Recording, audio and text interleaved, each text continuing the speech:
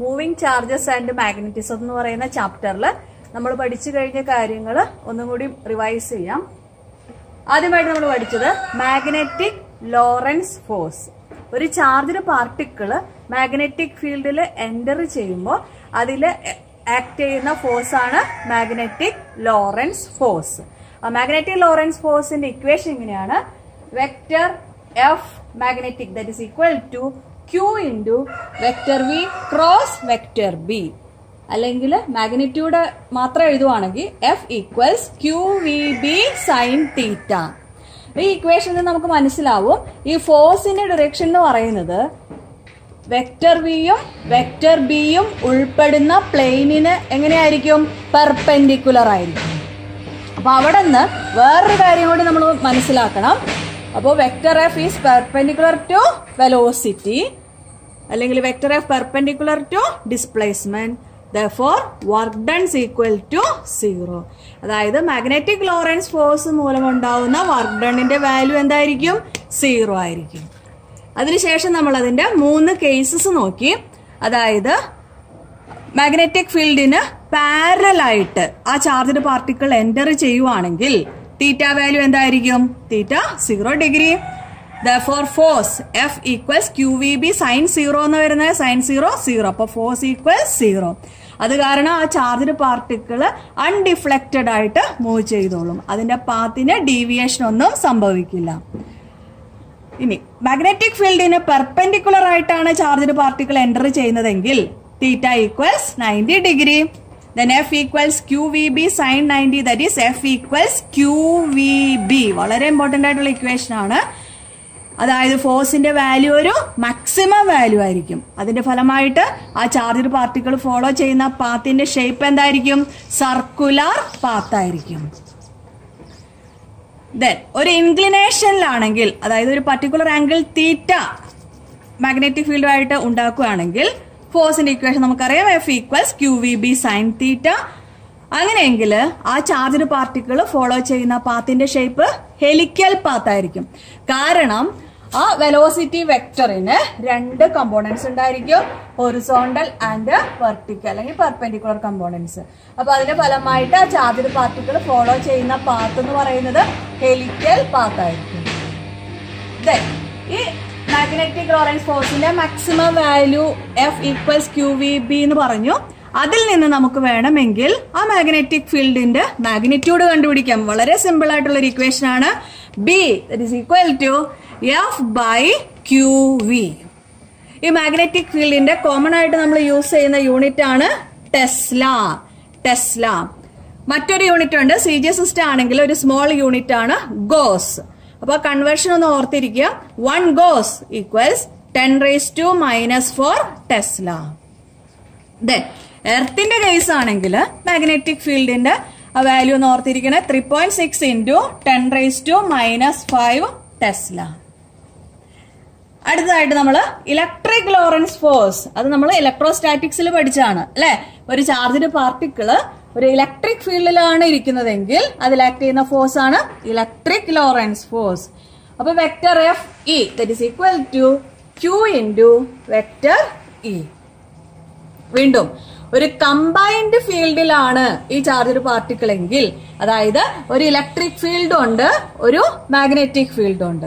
അങ്ങനെയെങ്കിൽ ആ charged particle act ചെയ്യുന്ന ടോട്ടൽ ഫോഴ്സ് അതിന് പറയുന്ന പേരാണ് ലോറൻസ് ഫോഴ്സ്. ഈ ലോറൻസ് ഫോഴ്സ് എന്ന് പറയുന്നത് മാഗ്നറ്റിക് ലോറൻസ് ഫോഴ്സിന്റെയും ഇലക്ട്രിക് ലോറൻസ് ഫോഴ്സിന്റെയും സം ആയിരിക്കും. അപ്പൊ നമുക്ക് ഇക്വേഷൻ ആയിട്ട് ഇങ്ങനെ കൊടുക്കാം: vector F that is equal to vector F E plus vector F magnetic, അല്ലെങ്കിൽ vector F equals Q into vector E plus Q into vector V cross vector B ആണല്ലോ. നേരത്തെ നമ്മൾ പറഞ്ഞിരുന്നു ഈ മാഗ്നറ്റിക് ലോറൻസ് ഫോഴ്സിന്റെ ഡിറക്ഷൻ അല്ലെ, vector V and vector B ഇതിന് perpendicular ആയിരിക്കും. അത് കണ്ടുപിടിക്കാനായിട്ട് നമ്മൾ 2 റൂൾസ് അപ്ലൈ ചെയ്യുന്നുണ്ട് അല്ലെ. ആ 2 റൂൾസ് ആണ് റൈറ്റ് ഹാൻഡ് പാം റൂൾ ഉണ്ട്, ഫ്ലെമിങ്സ് ലെഫ്റ്റ് ഹാൻഡ് റൂൾ ഉണ്ട്. അപ്പൊ റൈറ്റ് ഹാൻഡ് പാം റൂൾ അനുസരിച്ച് തമ്പാണ് നമ്മുടെ ഫോഴ്സിനെ കാണിക്കുന്നത്, അതിന് പെർപെൻഡിക്കുലർ ആയിട്ട് വരുന്ന അതർ ഫിംഗേഴ്സ് ആണ് എന്തിനെ സൂചിപ്പിക്കുന്നത്? മാഗ്നറ്റിക് ഫീൽഡിനെ സൂചിപ്പിക്കുന്നത്. Then Fleming's left hand rule അനുസരിച്ച് അതിൽ നമ്മൾ എന്താ ചെയ്യുന്നത്, നമ്മുടെ ലെഫ്റ്റ് ഹാൻഡിലെ 3 ഫിംഗേഴ്സ്, അതായത് thumb, 4 finger and middle finger 3 mutually perpendicular ഡിറക്ഷനിൽ ഹോൾഡ് ചെയ്യുമ്പോൾ 4 ഫിംഗർ ആണ് മാഗ്നറ്റിക് ഫീൽഡിനെ ഇൻഡിക്കേറ്റ് ചെയ്യുന്നത്, മിഡിൽ ഫിംഗർ ആണ് കറന്റിനെ കാണിക്കുന്നത്. അങ്ങനെയെങ്കിൽ തമ്പായിരിക്കും ഇതിനെ സൂചിപ്പിക്കുന്നത്, ഫോഴ്സിനെ സൂചിപ്പിക്കുന്നത്. അപ്പൊ ഓർത്തിരിക്കുക, തമ്പ് ഫോഴ്സിനെ കാണിക്കുന്നു, 4 ഫിംഗർ മാഗ്നറ്റിക് ഫീൽഡിനെ കാണിക്കുന്നു, മിഡിൽ ഫിംഗർ കറന്റിനെ കാണിക്കുന്നു. അടുത്തായിട്ട് നമ്മൾ ഒരു കറന്റ് ക്യാരിയിങ് കണ്ടക്ടർ ഒരു മാഗ്നറ്റിക് ഫീൽഡിൽ വെച്ചിരുന്നാൽ അതിൽ ആക്ട് ചെയ്യുന്ന ഫോഴ്സിന്റെ ഇക്വേഷൻ കണ്ടുപിടിച്ചു അല്ലെ. കറന്റ് ക്യാരിയിങ് കണ്ടക്ടർ എന്ന് പറയുമ്പോൾ കറന്റ് ആണ് ഫ്ലോ ചെയ്യുന്നത്. കറന്റ് എന്ന് പറയുന്നത് എന്താണ്, ചാർജിന്റെ മൂവ്മെന്റ് ആണ്. അപ്പൊ ചാർജ് മാഗ്നറ്റിക് ഫീൽഡിൽ മൂവ് ചെയ്യുന്ന കേസായിട്ട് നമ്മൾ എടുത്ത് ഫോഴ്സിന്റെ ഇക്വേഷൻ നമുക്ക് കിട്ടിയത് എങ്ങനെയാണ്, vector F equals I into vector L cross vector B, അല്ലെങ്കിൽ മാഗ്നിറ്റ്യൂഡ് കൊടുക്കുമ്പോൾ F equals I L B sine തീറ്റ. ഇവിടെ നമ്മൾ 2 കേസസ് നോക്കി അല്ലെ. ഇപ്പൊ കറന്റ് ക്യാരിയിങ് കണ്ടക്ടർ മാഗ്നറ്റിക് ഫീൽഡിന് പാരലൽ ആയിട്ടാണ് ഇരിക്കുന്നതെങ്കിൽ തീറ്റ എന്തായിരിക്കും, 0 ഡിഗ്രി ആയിരിക്കും. അപ്പൊ ഫോഴ്സിന്റെ വാല്യൂ ILB sin 0, sin 0 എന്ന് പറഞ്ഞാൽ 0 ആണ്. അങ്ങനെ ഫോഴ്സിന്റെ വാല്യൂ 0 ആയിരിക്കും. ഫോഴ്സ് ഒരു മിനിമം വാല്യൂ ആയിരിക്കും. നേരെ മറിച്ച് മാഗ്നറ്റിക് ഫീൽഡിന് കറക്റ്റ് പെർപെൻഡിക്കുലർ ആയിട്ടാണ് കറന്റ് ക്യാരിയിങ് കണ്ടക്ടർ ഇരിക്കുന്നതെങ്കിൽ തീറ്റ ഈക്വൽസ് 90 ഡിഗ്രി, ഫോഴ്സ് ഒരു മാക്സിമം വാല്യൂ ആയിരിക്കും, F max that is equal to ILB. വളരെ ഇമ്പോർട്ടന്റ് ആയിട്ടുള്ള ഇക്വേഷൻ ആണ് എഫ് മാക്സ് ഈക്വൽസ് ILB. അതിനുശേഷം നമ്മൾ ചാർജ്ഡ് പാർട്ടിക്കിളിന്റെ മോഷനെ പറ്റി പഠിച്ചു. അതായത് മാഗ്നറ്റിക് ഫീൽഡിനെ പെർപെൻഡിക്കുലർ ആയിട്ട് മൂവ് ചെയ്ത് കഴിഞ്ഞാൽ നമ്മൾ പറഞ്ഞു എക്സ്പീരിയൻസ് ചെയ്യുന്ന ഫോഴ്സിന്റെ വാല്യൂ, മാഗ്നറ്റിക് ലോറൻസ് ഫോഴ്സിന്റെ വാല്യൂ മാക്സിമം ആയിരിക്കും, that is F equals QVB ആയിരിക്കും അല്ലെ. അതിന്റെ ഫലമായിട്ട് ചാർജ്ഡ് പാർട്ടിക്കിൾ ഫോളോ ചെയ്യുന്ന പാത്തിന്റെ ഷേപ്പ് എന്തായിരിക്കും, സർക്കുലാർ പാത്ത് ആയിരിക്കും. അങ്ങനെ സർക്കുലാർ പാത്തിൽ ഒരു ചാർജ്ഡ് പാർട്ടിക്കിൾ മൂവ് ചെയ്താൽ അവിടെ എന്ത് ഡെവലപ്പ് ചെയ്യുന്നത്, ഒരു സെൻട്രിപെറ്റൽ ഫോഴ്സ് വരുന്നത്. ആ സെൻട്രിപെറ്റൽ ഫോഴ്സ് ആരാണ് പ്രൊവൈഡ് ചെയ്യുന്നത്, നമ്മുടെ മാഗ്നറ്റിക് ലോറൻസ് ഫോഴ്സ്. അപ്പൊ ആ 2 ഫോഴ്സിന്റെയും ഇക്വേഷൻസ് നമ്മൾ ഇക്വേറ്റ് ചെയ്തു. അങ്ങനെയാണ് നമുക്ക് mv²/r that is equal to QVB എന്നുള്ള ഇക്വേഷൻ. അതിൽ നിന്ന് ആ ചാർജ്ഡ് പാർട്ടിക്കിൾ ഫോളോ ചെയ്യുന്ന സർക്കുലർ പാത്തിന്റെ റേഡിയസ് ആയ r നമ്മൾ കണ്ടുപിടിച്ചു അല്ലെ. r equals mv/QB. ഓർത്തിരിക്കണം, r ഈക്വൽസ് mv/QB. വീണ്ടും ഒരു ഫുൾ റെവല്യൂഷൻ എടുക്കുന്ന സമയം അതിനെയാണ് പറയുന്നത് എന്ത്, ടൈം പീരീഡ് എന്ന് പറയുന്നത് അല്ലെ. ഒരു പ്രാവശ്യം ഇപ്പൊ ഇവിടുന്ന് സ്റ്റാർട്ട് ചെയ്യുവാണെങ്കിൽ ഇവിടെ നിന്ന് ഇങ്ങനെ കറങ്ങി തിരിച്ച് ഇവിടെ എത്താനുള്ള സമയം, അതാണ് ടൈം പീരീഡ്. ടൈം പീരീഡിന്റെ ഇക്വേഷൻ നമുക്ക് കിട്ടി T equals 2πm/QB. Then reciprocal of time period ആണ് ആര്, ഫ്രീക്വൻസി. അപ്പോ എഫ് ഈക്വൽസ് QB/2πm. ആ ഫ്രീക്വൻസിക്ക് പറയുന്ന പേരാണ് സൈക്ലോട്രോൺ ഫ്രീക്വൻസി. വളരെ ഇമ്പോർട്ടന്റ് ആണ്, ഓർത്തിരിക്കുക, സൈക്ലോട്രോൺ ഫ്രീക്വൻസി. ദെൻ ഒരു ഇൻക്ലിനേഷനിലാണ് ചാർജ്ഡ് പാർട്ടിക്കിൾ എൻ്റർ ചെയ്യുന്നതെങ്കിൽ, അതായത് ഒരു ആംഗിൾ തീറ്റ വാല്യൂയിലാണ് എൻ്റർ ചെയ്യുന്നതെങ്കിൽ നോക്കിക്കേ, ആ വെലോസിറ്റി ഇതാ ഈ ഡയറക്ഷൻ ഒരു തീറ്റ ആംഗിളിലാണ് എൻ്റർ ചെയ്യുന്നതെങ്കിൽ ആ വെലോസിറ്റിയെ നമുക്ക് 2 കമ്പോണൻസ് ആക്കി മാറ്റാം, ഒരു ഹൊറിസോണ്ടൽ കമ്പോണന്റും ഒരു പെർപെൻഡിക്കുലർ കമ്പോണന്റും. അതിന്റെ ഫലമായിട്ട് ആ ഹൊറിസോണ്ടൽ കമ്പോണന്റ് മൂലം ആ ചാർജ്ഡ് പാർട്ടിക്കിളിന് ഡിഫ്ലക്ഷൻ ഒന്നും ഉണ്ടാവില്ല, അത് നേരെ ഇങ്ങോട്ട് നീങ്ങിക്കോളും. പക്ഷെ ആ പെർപെൻഡിക്കുലർ കമ്പോണന്റ് മൂലം അത് സർക്കുലർ പാത്ത് ഫോളോ ചെയ്യും. അപ്പൊ ഈ 2 പാത്തിന്റെയും കമ്പൈൻഡ് ഇഫക്റ്റ് ആയിട്ട് ആ ചാർജ്ഡ് പാർട്ടിക്കിൾ ഫോളോ ചെയ്യുന്ന പാത്ത് നോക്കുക, ഹെലിക്കൽ പാത്ത് ആയിരിക്കും. ഈ ഒരു സർക്കുലർ ലൂപ്പിന്റെ ആ റേഡിയസ് അതിനാണ് പറയുന്നത് റേഡിയസ് ഓഫ് ഹെലിക്സ് എന്ന് പറയുന്നത്. ദെൻ ഫീൽഡിന്റെ അതേ ഡയറക്ഷനിൽ അല്ലെങ്കിൽ ഹൊറിസോണ്ടൽ ആയിട്ട് ഒരു ഫുൾ റെവല്യൂഷനിൽ ആ ചാർജ്ഡ് പാർട്ടിക്കിള് എന്തുമാത്രം ഡിസ്റ്റൻസ് ആണ് കവർ ചെയ്യുന്നത്, ആ ഡിസ്റ്റൻസിന് പറയുന്ന പേരാണ് pitch.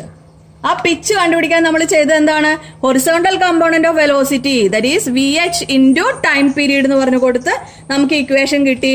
Pitch that is equal to 2πmv cos theta divided by QB.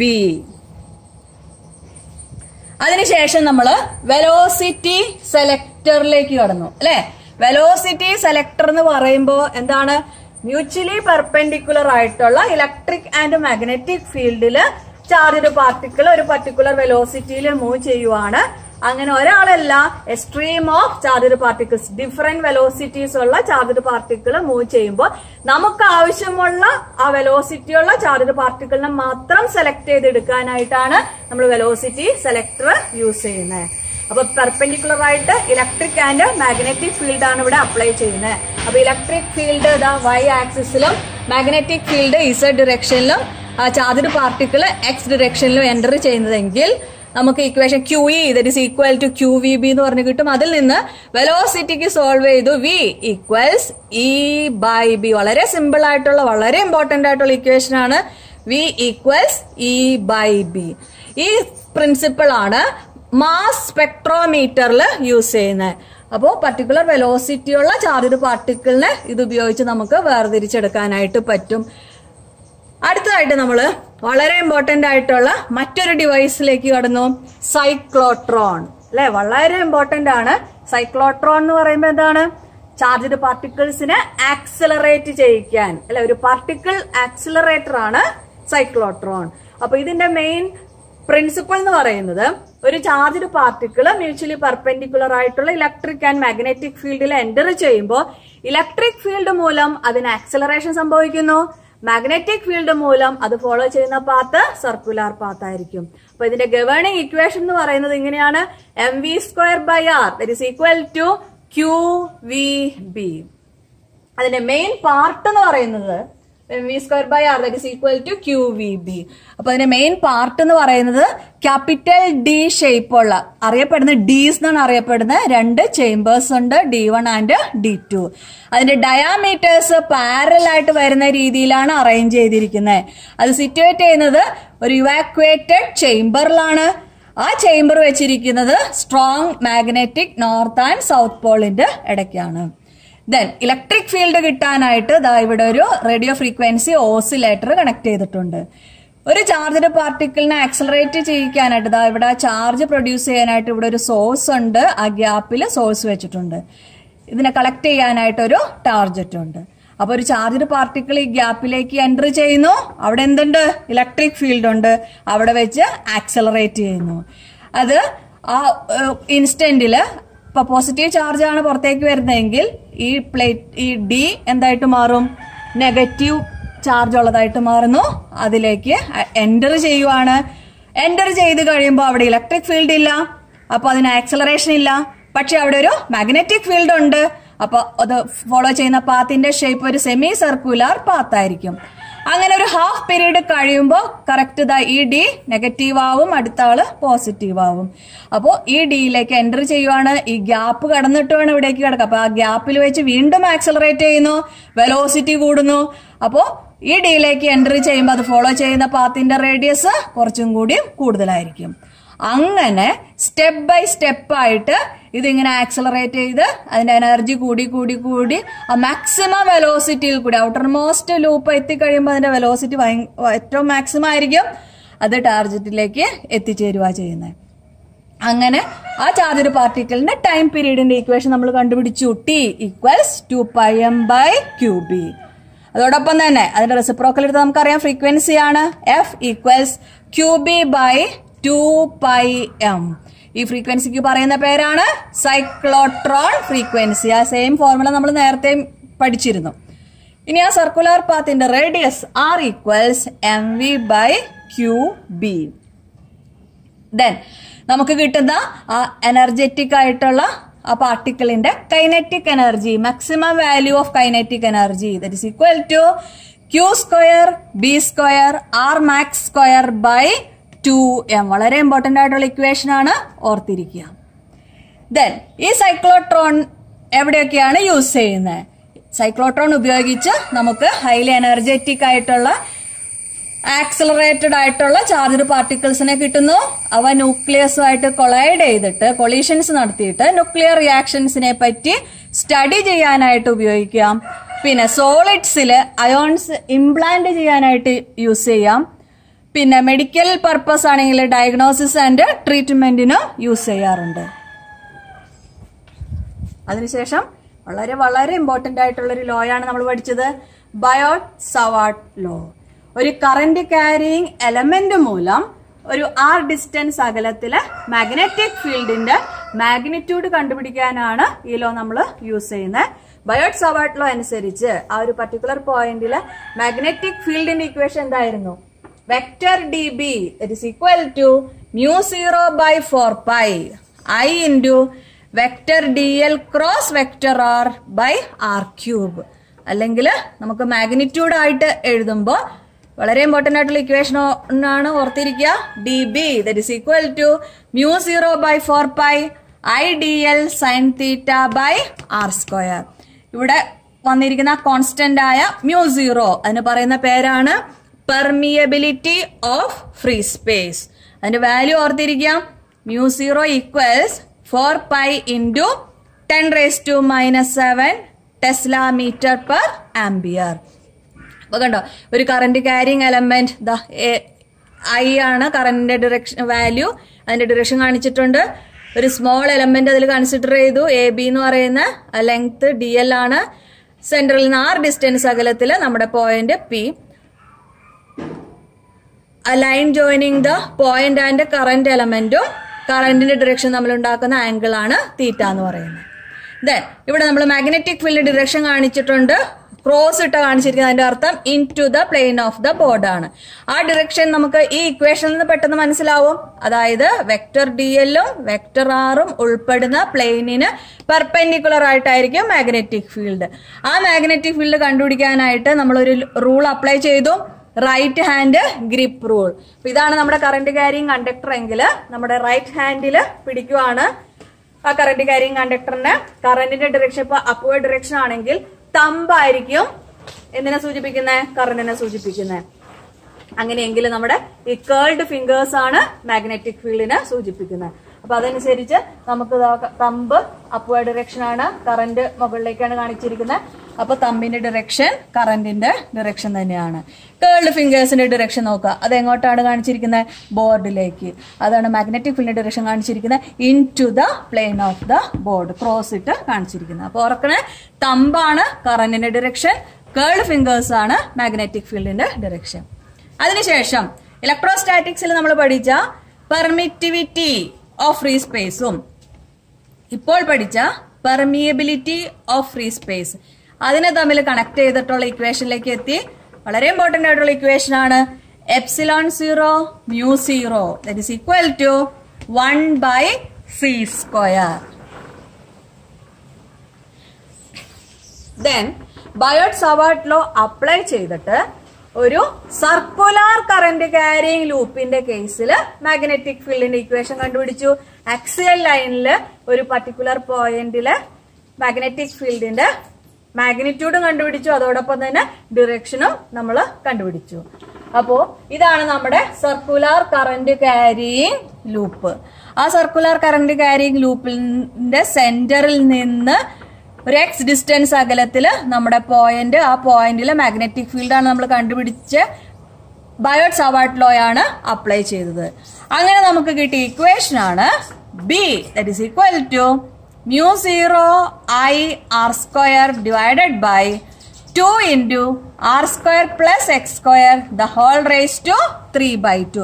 ഇത് എക്സ് ഡിസ്റ്റൻസ് അകലത്തിലെ പോയിന്റ് എടുത്തു കഴിഞ്ഞാൽ, നേരെ മറിച്ച് ആ പോയിന്റ് കറക്റ്റ് സെന്ററിൽ തന്നെയാണ് എങ്കിൽ നമുക്ക് കിട്ടും ഇക്വേഷൻ ബി ഈക്വൽസ് μ0 I/2r. വളരെ സിമ്പിൾ ആയിട്ടുള്ള ഇക്വേഷൻ ആണ്.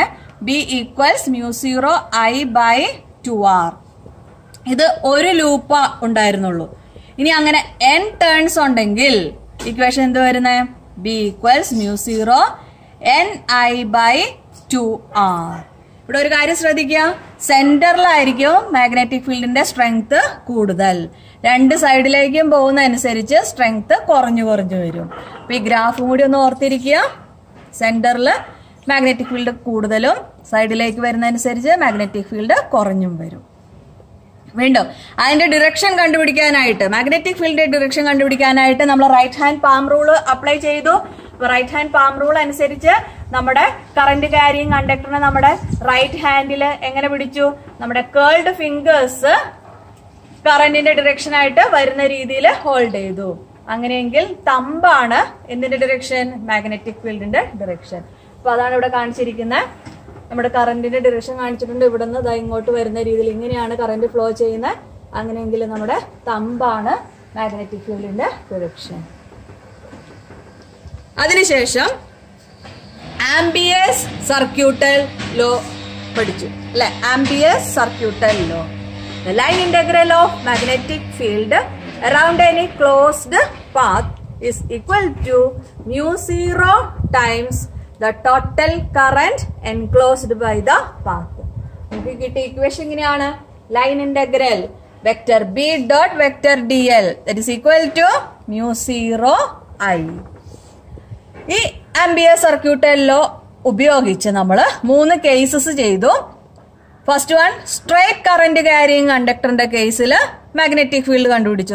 ഇതാണ് നമ്മുടെ സ്ട്രേറ്റ് കറന്റ് ക്യാരിയിങ് കണ്ടക്ടർ. അതിൽ നിന്ന് r ഡിസ്റ്റൻസ് അകലത്തില് P എന്ന് പറയുന്ന പോയിന്റിൽ മാഗ്നറ്റിക് ഫീൽഡ് കണ്ടുപിടിച്ചു. എന്തായിരുന്നു ഇക്വേഷൻ?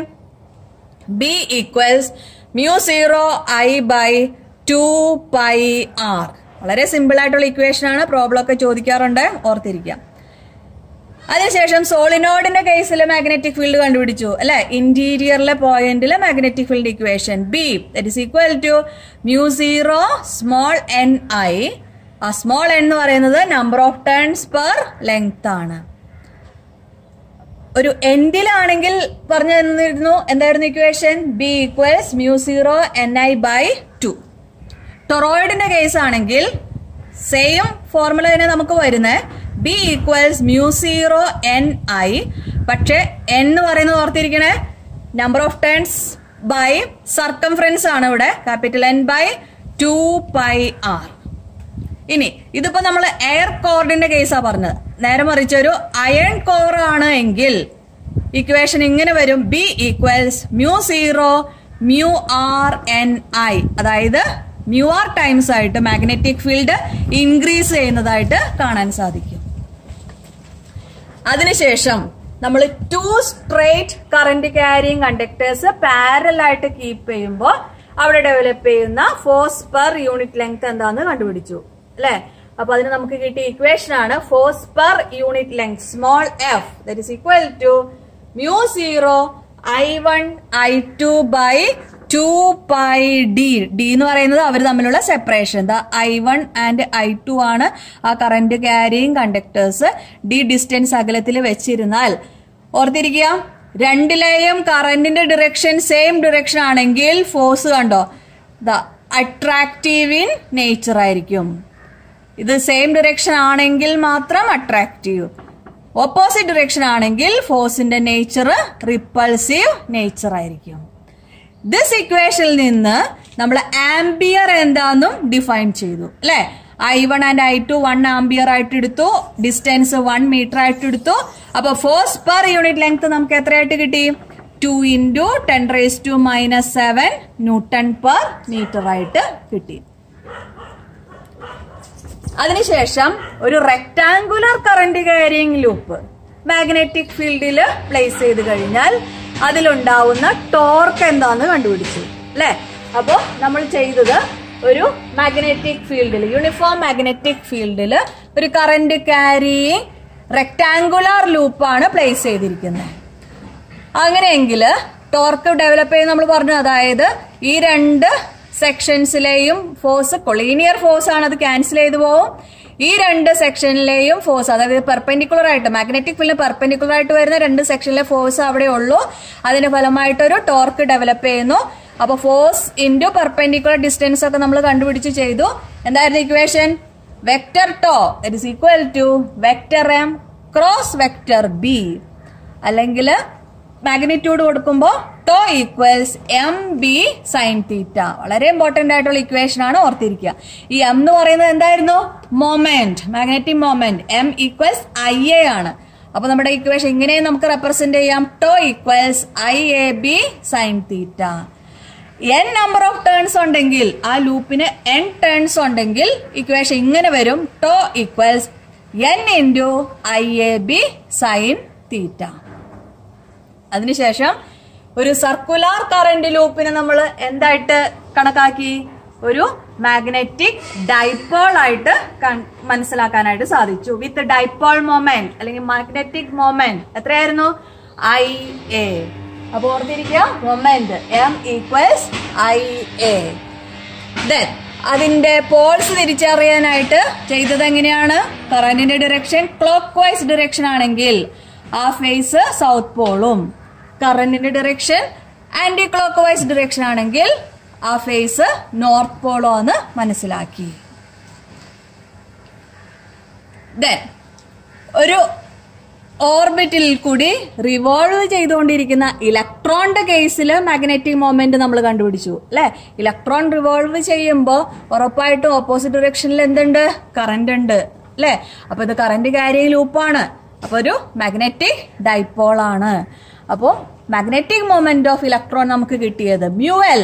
സിമ്പിൾ എങ്ങനെയാണ്? Mu L that is equal to EVR/2 എന്ന് ഓർക്കുക, അല്ലെങ്കിൽ E/2me × L എന്ന് ഓർക്കുക. L എന്ന് പറയുന്നത് എന്താണ്? Angular magnetic moment. അല്ലെങ്കിൽ മ്യൂഎൽ is equal to NEH/4πme.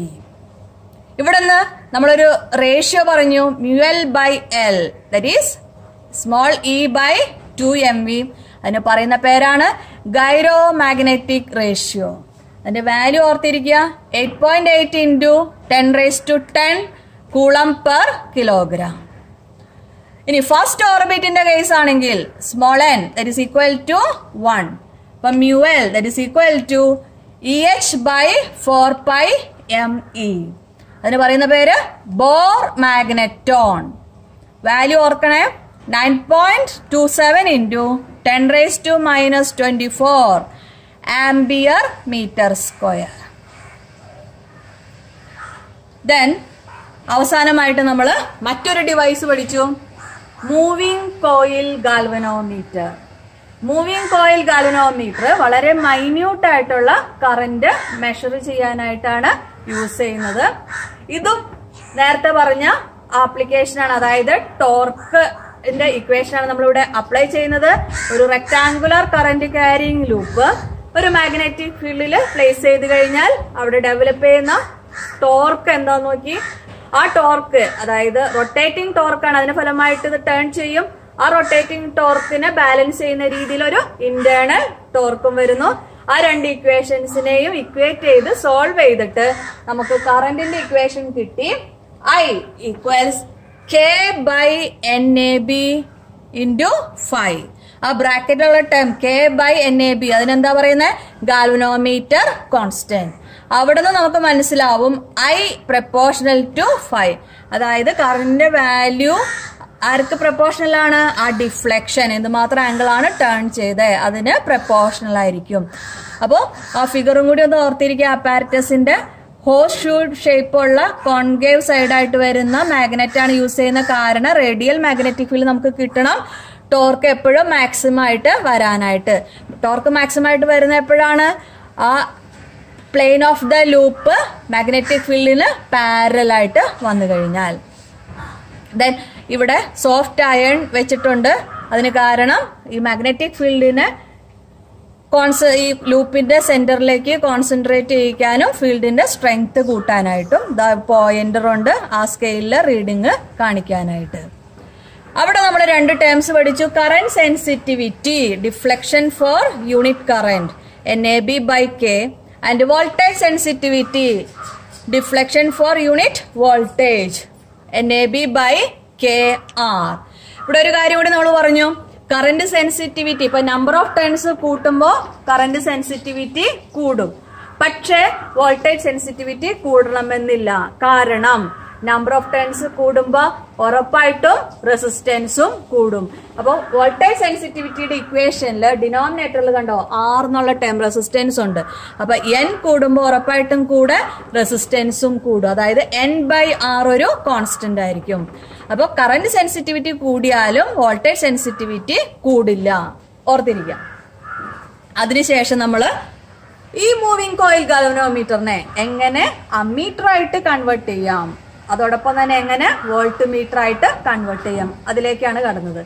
Ammeter ആക്കാൻ നമ്മൾ പഠിച്ചു എന്താണ് ഒരു സ്മോൾ റെസിസ്റ്റൻസ് അല്ലെങ്കിൽ ഒരു ലോ റെസിസ്റ്റൻസ് എങ്ങനെ കണക്ട് ചെയ്യണം.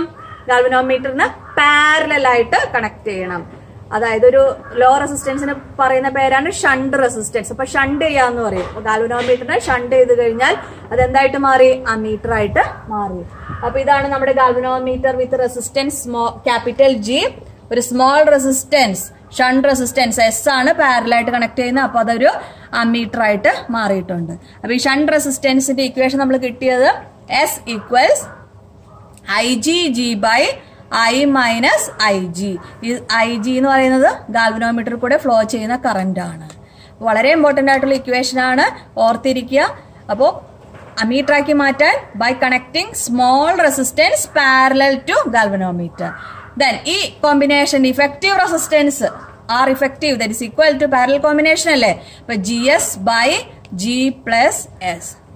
അതിനുശേഷം ഈ മൂവിംഗ് കോയിൽ ഗാൽവനോമീറ്റർ നമ്മൾ എന്താക്കി മാറ്റി? വോൾട്ട് മീറ്റർ ആക്കി മാറ്റി. എങ്ങനെയാണ് വോൾട്ട് മീറ്റർ ആക്കി മാറ്റുന്നത്? ഒരു ഹൈ റെസിസ്റ്റൻസ് ഈ ഗാൽവനോമീറ്ററിന് സീരീസ് ആയിട്ട് കണക്ട് ചെയ്ത്. അപ്പോ വോൾട്ട് മീറ്റർ ആക്കി മാറ്റാനായിട്ട് ഒരു ഹൈ റെസിസ്റ്റൻസ്, ക്യാപിറ്റൽ ആർ ആണ് നമ്മുടെ ഹൈ റെസിസ്റ്റൻസ്, ഗാൽവനോമീറ്ററിന് സീരീസ് ആയിട്ട് കണക്ട് ചെയ്തു. അപ്പോൾ അതെന്തായിട്ട് മാറി? അതൊരു വോൾട്ട് മീറ്റർ ആയിട്ട് മാറി. അങ്ങനെ കണക്ട് ചെയ്യുന്ന ആ ഹൈ റെസിസ്റ്റൻസ് കണ്ടുപിടിക്കാനുള്ള ഇക്വേഷൻ ആണ് ഓർക്കുക. R equals V by I G minus capital G. Then കോമ്പിനേഷന്റെ ഇഫക്റ്റീവ് റെസിസ്റ്റൻസ് സീരീസ് കോമ്പിനേഷൻ അല്ലേ. R effective it is equal to G plus R. വേറൊരു കാര്യം ശ്രദ്ധിക്കണേ, അമീറ്റർ എന്ന് പറയുമ്പോൾ അതിന് സ്മോൾ റെസിസ്റ്റൻസ് ആണോ ഉള്ളത്. അത് സർക്യൂട്ട്സിൽ എപ്പോഴും എങ്ങനെ കണക്ട് ചെയ്യുന്നത്?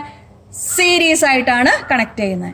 പക്ഷേ വോൾട്ട് മീറ്റർ അതിന് ഹൈ റെസിസ്റ്റൻസ് ആണുള്ളത്. അപ്പൊ അതൊരിക്കലും സീരീസ് ആയിട്ട് നമ്മൾ കണക്ട് ചെയ്യില്ല. സർക്യൂട്ട്സിൽ വോൾട്ട് മീറ്റർ എപ്പോഴും എങ്ങനെ കണക്ട് ചെയ്യുന്നത്? പാരലൽ ആയിട്ടായിരിക്കും കണക്ട് ചെയ്യുന്നത്.